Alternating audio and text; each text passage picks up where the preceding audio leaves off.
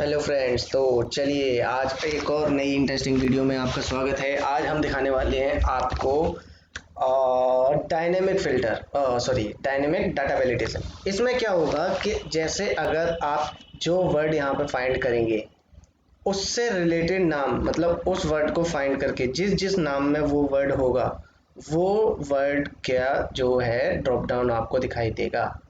अब चलिए दिखा देते हैं कैसे दिखाई देगा। जैसे मैंने डाल दिया आर ए, मैंने आर ए डाला, ठीक है। अब जहाँ जिन जिन नामों में आर ए आएगा वो नाम मुझे यहाँ पे दिखाई देंगे। जैसे यहाँ पे आर ए आ रहा है, यहाँ पर भी, यहाँ पर भी, यहाँ पर भी। अब मैंने डाल दिया कि मुझे देखना है जिस नाम में एस आ रहा है, ठीक है, तो वो नाम चाहिए सिर्फ। तो ये देखिए जिस जिस नाम में एस आ रहा है, रोशन सिंह, रोहन सिंह, रवि कैलाश, इनमें एस आ रहा है। अब मैंने डाल दिया जिनमें एन आ रहा है वो दिखा दो। क्लिक किया तो ये लो एन जिन जिन में आ रहा है वो नाम दिखाई दे गए। तो ये देख रहे होंगे आप लोग कि इसमें क्या है, वो जो वैलिडेशन है उसमें सिर्फ वही नाम शो हो रहे हैं जिनमें जो मैंने नाम डाला है, मतलब जो वर्ड मैंने ऊपर टाइप किया है वही शो हो रहा है। तो ये चीज़ हमारे कई बार यूज़ में आ जाती है कि अगर हमें क्या होता है कि कुछ नाम पता होते हैं लेकिन हमें क्या होता है उनका आगे का या उनके पीछे का ही सिर्फ एरिया पता होता है कि हाँ ये कुछ लगभग इस नाम से था, कुछ राम करके था, कुछ श्री करके था, या कुछ संजय करके था, ऐसे करके, है ना। तो हम क्या कर देते हैं उतना नाम टाइप करके जैसे ही वैलिडेशन चेक करते हैं तो हमें प्रॉपर नाम पता चल जाता है कि हाँ ये पर्सन ये है, और हम उस नाम से ही उस नाम को सिलेक्ट करके यहाँ पे फीड कर सकते हैं, ठीक है। तो ये काम हो कैसे रहा है, ये काम हो रहा है इसकी मदद से। ये कैसे बनाया मैंने ये आपको मैं इस वीडियो में बताने वाला हूँ, ठीक है। तो पहले एक बार आप फिर देख लो कि जैसे मैंने यहाँ पे कुछ नाम है जैसे एच यू, ठीक है, एच यू या फिर एच ए, क्या लूँ मैं, जे ले लेता हूँ कि जिस जिस नाम में जे आ रहा है सिर्फ उसकी ड्रॉप डाउन दिखाई दे। तो जे और जे इन दो में ही आ रहा है, तो आप देख सकते हैं यहाँ पर भी ये क्या हुआ, हिला है ना, फॉर्मूला कुछ हुआ चेंज, और उस हिसाब से यहाँ पे आपको फॉर्मूले के हिसाब से यहाँ पे ड्रॉप डाउन दिखाई देती है, ठीक है। तो आप समझ गए होंगे कैसे बनाइए ये। चलिए बना के देखते हैं आप इसे कि किस तरीके से बनी है। इसको करते हैं बंद, आते हैं हमारी अगली शीट पे। यहाँ मैंने पहले से ही नाम ले रखे हैं, ठीक है, ये मैंने नाम ले रखे हैं, सिर्फ नाम है, कोई फॉर्मूला नहीं है यहाँ पे। ऐसे ही आप यहाँ पे भी देख सकते हैं कोई फॉर्मूला नहीं है। फॉर्मूला अब हम जो है वो लगाएंगे। तो चलिए शुरू करते हैं पहला फॉर्मूला, ठीक है, इक्वल टू, इसमें बहुत सारे फॉर्मूला हम लगाने वाले हैं, ठीक है। तो ध्यान से देखना, फॉर्मूला मैंने स्टार्ट किया है, पहला लगाया हमने इक्वल टू सर्च। क्या सर्च करना है, क्या लिखा हुआ है, फाइंड टेक्स्ट। फाइंड करना है हमें, क्या फाइंड करना है, मुझे ये फाइंड करना है। इसको मैं फिक्स कर दूंगा फंक्शन F4 से। अगर आपके पास कंप्यूटर है, मतलब नॉर्मल कीबोर्ड है तो आप F4 प्रेस करेंगे, लेकिन अगर आपके पास लैपटॉप है तो फंक्शन के साथ F4 यूज़ करेंगे। कई लोग जानते भी हैं, कई लोग नहीं जानते, तो उनके लिए ये चीज़ मैंने बता दी है। चलिए, कॉमा, फाइंड टेक्स्ट तो हमने डाल दिया, ठीक है, और उसका ये जो डॉलर है ये फिक्स कर दिया। इससे क्या होता है कि B4, अगर मैं फॉर्मूले को नीचे शिफ्ट करूंगा ना तो ये चीज़ भी नीचे शिफ्ट नहीं होगी कि अब यहाँ से सर्च करे, अब यहाँ से सर्च करे, ये हर बार यहीं से सर्च करेगा क्योंकि हमने इस सेल को लॉक कर दिया है, ठीक है। अब विद इन टेक्स्ट, अब ये पूछ रहा है किस टेक्स्ट में देखना है, मैंने डाल दिया इस टेक्स्ट में देखना है, और इसको हम फ्रीज नहीं करेंगे क्योंकि हमें तो इस फॉर्मूले के हिसाब से देखना है ना कि यहाँ पे आए इसका आंसर, यहाँ पे आए इसका आंसर, इस तरीके से, यहाँ पे इसका, यहाँ पे इसका, यहाँ पे इसका, ऐसे। तो इसको E4 करके हम कर देंगे bracket close and then enter. तो यहाँ पे दिखा रहा है एस जो है 2 नंबर पे आ रहा है ना। तो अब हम आ जाते हैं डबल क्लिक करके नीचे, ये आ गए हम। यहाँ पे देखो जिन जिन पे नंबर आ रहे हैं ना वो तो फाइंड हो रहे हैं, मतलब वो नंबर इसमें, मतलब वो वर्ड्स यहाँ, ये जो एस है वो इन वर्ड्स में है जिन जिन पे नंबर आ रहा है। और जो एरर आ रहा है इसका मतलब ये फाइंड नहीं हुआ है, इसलिए यहाँ पे वैल्यू एरर आ रहा है, ठीक है। तो अब हम इसके लिए एक और फॉर्मूला लगाएंगे, एरर के लिए नहीं, हम एक चीज़ और लगाएंगे पहले। इफ ब्रैकेट ओपन, ठीक है, इफ ब्रैकेट ओपन, अगर ये जो वैल्यू आई है वो अगर 0 से ज़्यादा है तो लिखा आना चाहिए 1, वरना लिखा आना चाहिए 0। ब्रैकेट किया बंद और फिर किया एंटर, ठीक है। तो जहाँ जहाँ पर वैल्यू फाइंड हो रही है वहाँ वहाँ पे 1, और उसके अलावा ज़ीरो आना चाहिए, लेकिन ये एरर आ रहा है इसलिए यहाँ पे ज़ीरो नहीं आएगा क्योंकि यहाँ पे फॉर्मूले में ही एरर है। तो अब हम फॉर्मूले के एरर को हटा देते हैं। मैं लगाता हूँ इफ़ एरर ब्रैकेट ओपन कि अगर इस फॉर्मूले में एरर आता है तो क्या आना चाहिए लिखा हुआ, ज़ीरो लिखा हुआ आना चाहिए, और ब्रैकेट कर दिया हमने बंद। ठीक है, ब्रैकेट किया बंद, यहाँ पे आए इस फॉर्मूले पे, इसको नीचे तक पेस्ट। अब देखो एरर खत्म, जहाँ एरर था वहाँ ज़ीरो आ गया, है ना। अब इतना काम हो गया। अब अगली चीज हमने क्या लेके आए आंसर कि वन आना चाहिए, जहाँ अगर सर्च हो जाता है, सर्च फाइंड हो जाता है, ठीक है, तो क्या आना चाहिए, वन आना चाहिए। मैंने क्या कर दिया कि यहाँ पे वन ना आए, वन की जगह पे मैंने फॉर्मूला लगा दिया एक और, MAX ब्रैकेट ओपन, यहाँ से और ये सिंबल लगाया मैंने, ठीक है, और ब्रैकेट बंद और फिर +1, ठीक है, कि D3 से D3 तक में मैंने फंक्शन F4 किया ताकि D3 फिक्स हो जाए, और ये वाला जो D3 है वो मैंने ऐसे ही छोड़ दिया क्योंकि अगर ये फॉर्मूला नीचे पेस्ट होगा तो क्या होगा, D3 से D4 तक, D3 से D5 तक में मैक्सिमम वैल्यू जो होगी उसमें +1 हो जाए और वो आंसर यहाँ पे आए। ठीक है, ये मैंने किया एंड देन एंटर। अब देखो ये मैंने कर दिया, जैसे ही मैं यहाँ पे डबल क्लिक करूँगा तो ये देखो जहाँ जहाँ पर वैल्यू फाइंड हुई थी, जहाँ पे फाइंड नहीं हो रही है वहाँ तो ज़ीरो है ही, लेकिन जहाँ जहाँ पे फाइंड हो रही थी वो नंबर क्या हो गए, 1 2 3 4 5 ऐसे आ गए। अब ये जो चीज़ है ये मैंने क्यों की है, ताकि हम वी लुकअप लगा सकें, वी लुकअप लगा सकें।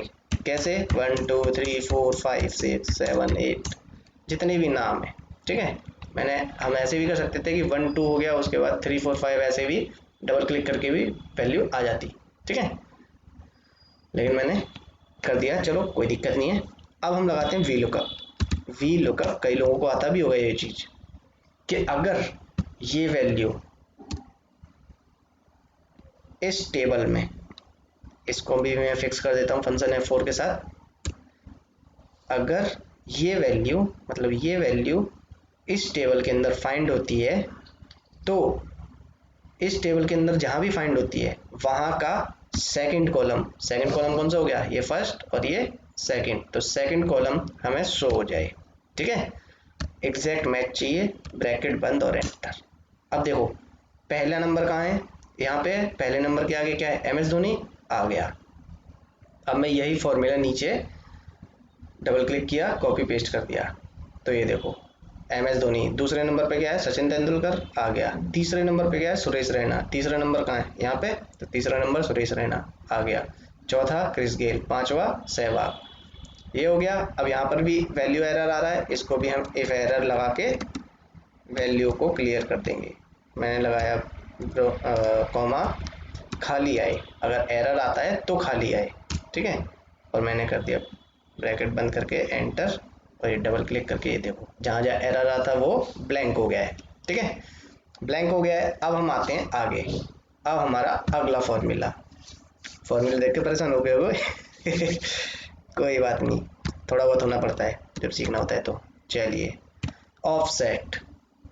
ऑफसेट क्या करता है, हमारी रेंज बनाता है कि हमें कहाँ से कहाँ तक का एरिया सेलेक्ट करवाना है। ठीक है, ऑफसेट उस चीज़ को बनाता है। मैंने डाल दिया रेफरेंस लेना है ये, मतलब यहाँ से लेना है, कॉमा, कितनी रो लेनी है मुझे नहीं लेनी, कितने कॉलम लेने मुझे लेने, हम डायरेक्ट हाइट और विड्थ बताएंगे।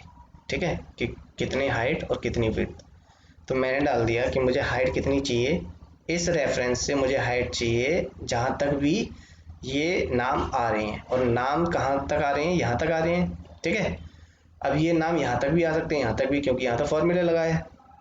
तो मुझे क्या करना होगा, मुझे हाइट कैसे बतानी होगी, मुझे हाइट बतानी होगी कि इसमें जो भी सेल में टेक्स्ट है, ठीक है, अगर टेक्स्ट है तो जितने भी सेल में टेक्स्ट है उतना नंबर यहाँ पे शो करने हैं। तो मैंने लगाया formula equal to count if, और मैंने रेंज ले ली पूरी की पूरी। ठीक है, कॉमा, फिर हम लगाएंगे ये सिंबल, और फिर इसमें लगाएंगे, अगर हमें सिर्फ टेक्स्ट देखना होगा ना तो हम ये सिंबल लगाएंगे। हमेशा याद रखना कि मुझे टेक्स्ट ढूंढना है तो मुझे ये सिंबल लगाना है। तो ये टेक्स्ट को ढूंढ के देगा, ठीक है।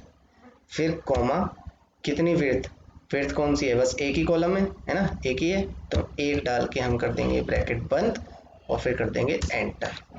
तो यहाँ पे आ रहा है MS धोनी, है ना। अब एक बार मैं आपको काउंट इफ बता देता हूँ, ये जो मैंने काउंट इफ लगाया उसमें वर्क क्या किया। कई लोगों को समझ में नहीं आया होगा कि काउंट इफ में आखिर वर्क हुआ क्या है, तो मैं बता देता हूँ। मैंने इस रेंज में ढूंढा, ठीक है, कॉमा, क्या ढूंढा, टेक्स्ट, ब्रैकेट क्लोज और एंटर।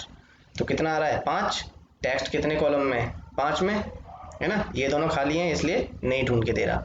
अगर यहीं में डाल देता हूँ R और फिर मैं करता हूँ एंटर, तो ये देखो ये भी 5 में आ रहा है, ठीक है। ए, ये 5 में नहीं आ रहा है, ये 6 में आ रहा है, तो यहाँ पे 6 काउंट करके दे रहा है वो, ठीक है। तो समझ में आ गया होगा कि काउंट में टेक्स्ट कैसे फाइंड करते हैं काउंट इफ में, है ना। चलिए अब आते हैं हम यहाँ पे। हमने ये जो फॉर्मूला बनाया ऑफसेट का, इसको हम करेंगे कॉपी, ठीक है। कॉपी करने के बाद हम पहले इसको सिलेक्ट करेंगे क्योंकि हमें डाटा वैलिडेशन यहाँ पे देनी है। फिर डाटा में डाटा वैलिडेशन, डाटा वैलिडेशन के अंदर डाटा वैलिडेशन, यहाँ पे हम जाएंगे सेटिंग में और यहाँ जाके कर देंगे एनी वैल्यू पे लिस्ट। लिस्ट पे क्लिक किया और यहाँ पे हम लगाएंगे इक्वल और फिर कर देंगे फॉर्मूले को पेस्ट। काम खत्म, पेस्ट किया, ओके किया। अब ये देखो ये आगे ड्रॉप डाउन, ए से रिलेटेड आपको ड्रॉप डाउन दिखाएगा, ठीक है, आ गया। अब अगर मैं यहाँ पे कुछ चेंज करता हूँ, एस किया और मैंने एंटर मारा, तो ये ऐसे एरर दिखा रहा है, मुझे इसको हटाना है। तो मैं क्या करूँगा, यहाँ पे सिलेक्शन रहने देंगे और फिर यहाँ पे जाके हम डाटा वैलिडेशन और एरर में जाके हम इस टिक को अनटिक कर देंगे, ठीक है। So error alert after invalid data is entered, ठीक है। तो इस एरर को ये क्या कर देगा, एरर अलर्ट को ये बंद कर देगा। ओके किया, अब आप एस दबाओ, एरिया आपको बता देगा कौन सा सिलेक्ट करना है। ऐसे ही मैंने डाला आर, नाम आ जाएंगे आर से रिलेटेड, ठीक है, एम से रिलेटेड। तो आप सिलेक्ट करो, आपका काम खत्म। तो उम्मीद करता हूँ आपको ये वीडियो पसंद आई होगी और चीज़ें जो मैंने बताई हैं वो समझ में आई होंगी। अगर समझ में नहीं आई तो आप एक बार फिर देख सकते हैं, फिर भी नहीं आती तो आप कमेंट करके पूछ सकते हैं कि मैंने किस चीज़ में क्या प्रॉब्लम क्लियर की, ठीक है। तो चलिए मिलते हैं फिर नेक्स्ट वीडियो में, आज के लिए बस इतना ही। Okay, tata, bye bye.